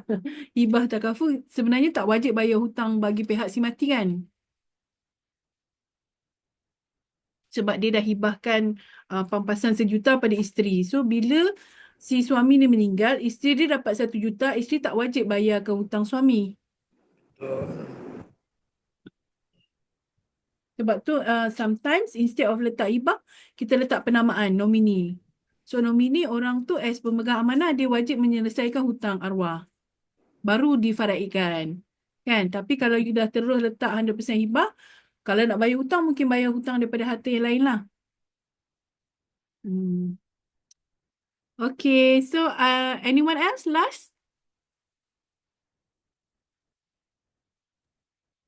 Sebenarnya advisable untuk pakai nominee ke pakai hibah? Depends pada klien. Sebabnya kalau memang dia ada banyak polisi, dia ambil 3 polisi dengan you. 1 polisi purposely untuk income protection for my wife. If anything happen, dia boleh gunakan duit tu kan untuk kelangsungan anak-anak. So yang tu mungkin hibah. Dalam kes memang I risau lah, I have lots of debt yang tak ada coverage, tak ada MRTT. So mungkin better dia namakan as penama. Tetapi of course dalam polisi, insurans kita boleh buat dua-dua kan? So kalau dia ada 1 je polisi, amount pula besar, mungkin sebahagian dia nak allocate untuk settle hutang. So dia letak penama. 50% ke? Another 50% dia pecahkan hibah macam mana dia nak. So normally I akan tanya balik klien, you punya kalau boleh duit ni untuk apa? Kalau dia kata, oh nanti I nak bagi semua kat my husband, dia bayarlah hutang I. So I akan bagi tahu dia dalam that case mungkin you patut allocatekan nilai hutang you tu as penama. Tapi kalau klien kata, alah tak apalah, I trust my husband. So I want to give him 100%. Boleh. As long as kita bagi tahu dia pro and cons and the impact of the decision tu. Okay, terima kasih banyak. So saya betul-betul ambil peluang ni untuk apologize kalau ada apa-apa info yang salah ataupun apa-apa kesilapan daripada pihak saya. Tapi kalau ada, I will let you know. Mana-mana yang saya janji nak check tu, nanti siapa-siapa yang PM saya ke atau mungkin saya boleh bagi tahu Azan ke? So, I doakan dimudahkan urusan untuk kelas-kelas seterusnya, which is 22 hari bulan dan 4 hari bulan dan seterusnya. Okay, kalau cover banyak yes. Betul. Alright. So, terima kasih banyak semua. Sebenarnya last, saya ingat nak ambil gambar lah. Boleh tak siapa-siapa yang tengah free tu boleh onkan kamera ke? Kalau okey lah. Ramai juga kita Okay. Saya kira 1, 2, 3. Alright. Terima kasih semua. First time saya nampak Haji Faris senyum. Terima kasih. Terima kasih Puan. Sama-sama. Terima kasih semua. Assalamualaikum. Puan. Terima kasih semua. Assalamualaikum. Salam. Terima kasih. Terima kasih. Terima kasih.